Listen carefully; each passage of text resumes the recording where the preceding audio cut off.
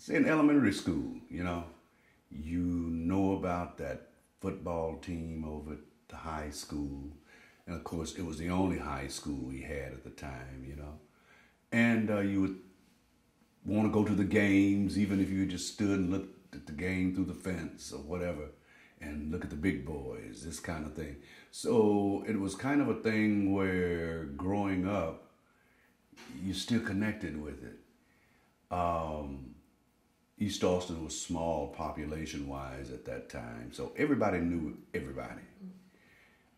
Everybody's mother knew you. Everybody's daddy knew you. And we'll go tell it on you, too. So, it was always that thing of knowing that you were under control of, it was almost like being under control of a very large family. You know what I mean? I'm just an example. I'm not meaning that I'm necessarily related to this particular person, but say they see you and they treat you just as if they're your aunt or whatever. Boy, I know you. And this went on through Anderson also. The teachers were in the neighborhood. They knew your mother and daddy. I knew my mom and my daddy knew most of my teachers. And I mean, when I say knew them, I mean not because my mom or dad came over to the school. They knew each other outside of the school. The football team brought East Austin together. It was just like I said, it's like a tribe, a big family. And there's Rosewood Park, where went down there. All of us went there to swim, play ball, whatever, free movies and all this. And the young mixed with the old. In other words, like while we over there watching the younger ones of us are watching the free movies, the teenagers are over on the patio dancing, and all of us were in Anderson. It was all Anderson. You know what I mean? So everybody was just kind of hooked in. So you end up with some relationships that are very deep, go all the way. Some relationships you'll never forget. And teachers, man, it's unbelievable. Unbelievable. My chemistry class, my senior year, started with a lecture like, you can't be as good as they are, because they'll never use you, they'll never hire you. You got to be better. You got to be better. And all of us would hear these things every day, besides the 2 + 2 or the quadratic equation or whatever. Those lessons came along with that. It's kind of like what my mom was talking about. A lot of this you don't realize until after you're gone from it and gotten out in this everyday world and worked to realize what those black teachers were doing for us. It was the basis of our survival. East Austin was covered with black businesses. Covered. I grew up watching black men have their own businesses, whether it was a storefront or whether it was as a contractor, carpenter, a plumber. We had our own. We didn't, well, I don't want to say that. It's getting into something else. But Anderson High School was the core of that. Me being a war baby, being born during World War II, if you notice, most of us in our generation are pretty radical. We've seen a lot of war in our lives. And we've been radical through the 60s. We've been radical since we've been here. And we still are. I see my classmates to this day, we're still pretty radical in our workspace. Wherever we work, Wherever we're going to church, we're very radical about it. We want truth. We want to deal with truth. And we're all that comes out of Anderson High School. Came out of Anderson High School. We were the first class to ever picket Anderson High School. My junior year. Then we did it again our senior year. We want to know why. Well, see what had happened. Desegregation had come about. So a lot of our classmates had started going to school across town, to McCallum, Austin High, and Travis. And they were coming back telling us about what their lunches were like.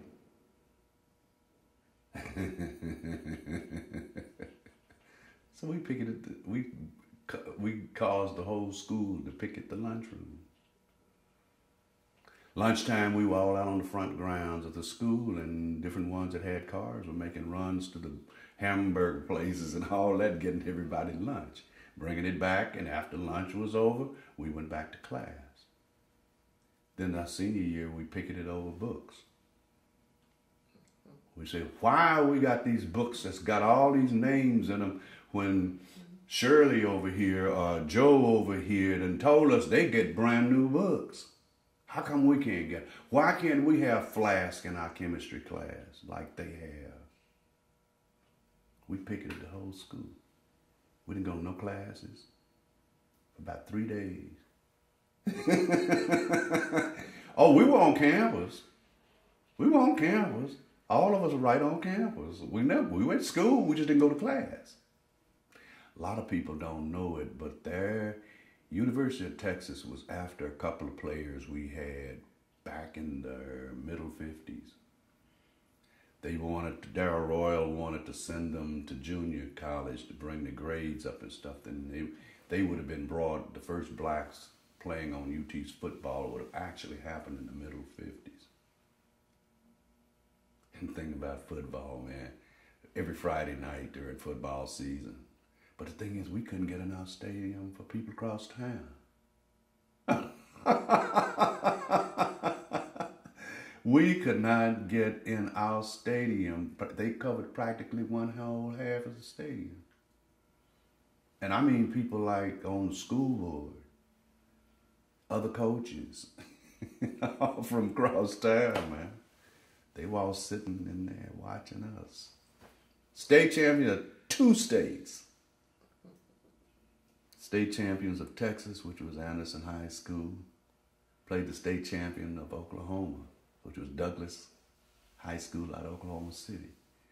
First time we went up there and beat them, and then next time they came down in and we beat them down here.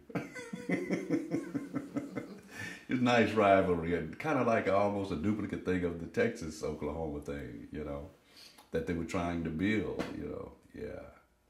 The loss of that school, man, means it really hurt. It really hurt. Yeah, they kept the name and moved it out there, but it's still not the same Anderson High School. Bruce, let me tell you something. At Anderson High School, anything you had an interest in doing, you could try it. You could do it. If you wanted to dance, there was a dance team. If you wanted to act, where my acting started, you could act. So when I found out I liked it. Whatever, if you wanted to debate, if you wanted to, I can go on and on and on, man. Just anything that you wanted to try, test out to see if you really like it, you could do it at Anderson, man. You could do it. My senior year, they had started teaching electricity. A course called electricity. This is long before there was a such thing as electronics. No such thing. But I went and took it my senior year. And that was the beginning of me getting into high tech. Long before there was a such thing as high tech. I was working on computers in the early 60s. 61, 62, 63. I was working on transistors, and transistors hadn't even been introduced until the late 60s, early 70s. But I had a chance to get onto that bandwagon. The early years of IBM, I experienced that. All based on Anderson. High school, electricity class. I aced the test when I went. Aced it. And I had, all of my English teachers were fantastic. All of them. Matter of fact, I had one that would let me sit up in class and just write. Just write. Just write. And today I'm a writer. Based on the knowledge, I've gone back, gone to college, and taken creative writing, all different writing courses. But it's all based on what those three teachers taught me back then, man. Was the senior class graduation song. Everybody in the class knew that myself and one friend of mine from birth, Larry Abrams and Don Reese, they knew we were all writers at the time. We would go to coffee houses out on the drag and listen to poetry and all of beatnik in those days. And, excuse me. And so when they said that we needed a song for the graduation, they said Don, Everette, and Larry. And we said, oh yeah, sure, we'll do it. And it came all the way up to, we were supposed to bring it in on a Monday, 2 weeks later. Sunday, we hadn't put down a line before the Monday.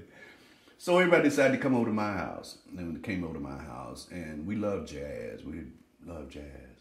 And we were sitting there talking, and I had put Miles Davis on, Somewhere Over the Rainbow. And it's playing in the background.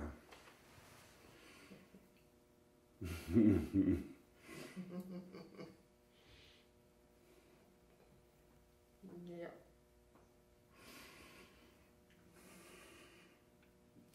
Man. I said, these years pass by so quickly, they moved on. These years of joys and sorrows, now they are gone. And Don wrote a line, he started writing a line, Larry started writing a line. Monday morning we could turn it in. But the night, the class sung that song. We had a lot of singers in our class, a lot of us that went on to sing professionally and all of that. Anyway, and the night we sung that song, after it was over, the whole place exploded. People stood up and applauded, Yeah. And I don't even remember all the songs anymore. I forgot. Matter of fact, they've been wanting us to, Larry's dead now, and we were wanting Don and I to put that song back together. I've got it written down somewhere in all of my junk, my research. I've got boxes of research, and it's somewhere. And one day I'll be able to find it.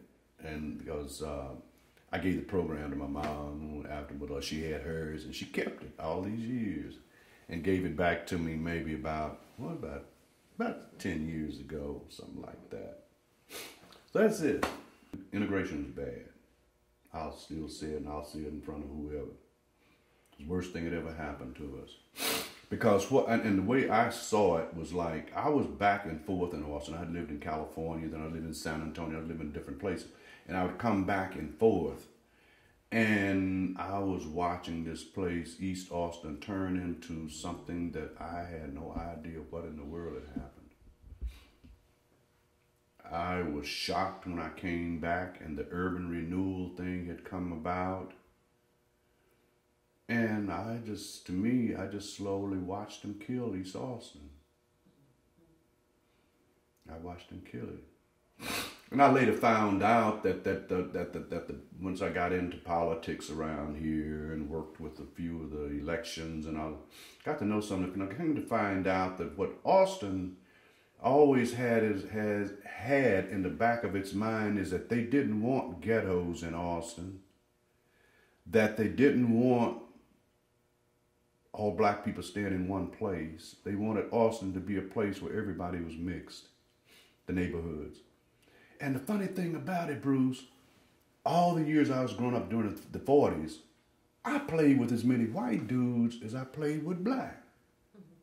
They lived right here across the street from me on Chestnut and 18th. So it was a thing that always happened. We used to always tease them because they had to walk further to school than we did. We were going to Campbell. They had to walk all the way over on East Avenue, which is where 35 is now. So we'd always try to get them to come to Campbell with us. I said, man, it's just right around the corner. Why don't you come on go to school with us? And they went back and told their parents that they wanted to go to school with us, and I don't know what happened, but they never mentioned it anymore. I'm talking like in 48, 47, 48. 46. Yeah, right. So Austin has always, to me, Austin and San Antonio are two cities that never really had to deal with that issue of just ignorant, blatant racism. You knew it was here. They said I had to sit on the back of the bus. I didn't.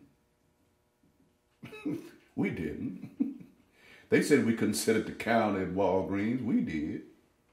Me and one of my buddies, we'd go working, cutting grass across town over there. And when we got finished, we'd come down 6th and Congress, the Walgreens, the Woolworth. And we'd go in there and sit at that counter and get us some pecan pie. They said, this is the colored fountain, this is the white fountain. We drank out the white fountain because the water was cold. Nobody ever said anything. Nobody ever said anything. I knew of doctors having offices right there, Congress and 6th. So we were always kind of more mixed here. And I think a lot of that goes back to the originals who were here, that were brought here as slaves, as a matter of fact, even. Most of the slaves around this area, were slaves to politicians. They weren't attorneys and things like that. So Austin, growing up, hearing it around the state first, growing up, Austin was always considered the educated black folk, colored folk. They're all educated down there. And I found out later on, a lot of the researchers, that I found out that two sides of my family, of my heritage, Master told them they had to read, made them read. One of them being the man that helped found Baylor University, a preacher. And he insisted that we read. The Overtons, Master insisted that you read. So like I say, we had a whole different breed of slavery around here. I've even seen some readings where they said that many of us even carried pistols. Out in the field, say if the Comanche or the Indians attacked, they needed as many guns as possible. Master would leave and have to go to New York on business. He left him in charge. A lot of this went on. We got portions of our family, when slavery was over, they just gave them all the land. Says, we can't do anything with it here. You can have it. It's yours. So it's a lot of things about slavery and all that. It's a lot different in Texas than what it was in the South. So you end up finding blacks that are in Texas that are a little bit different, think a little bit different. Yeah.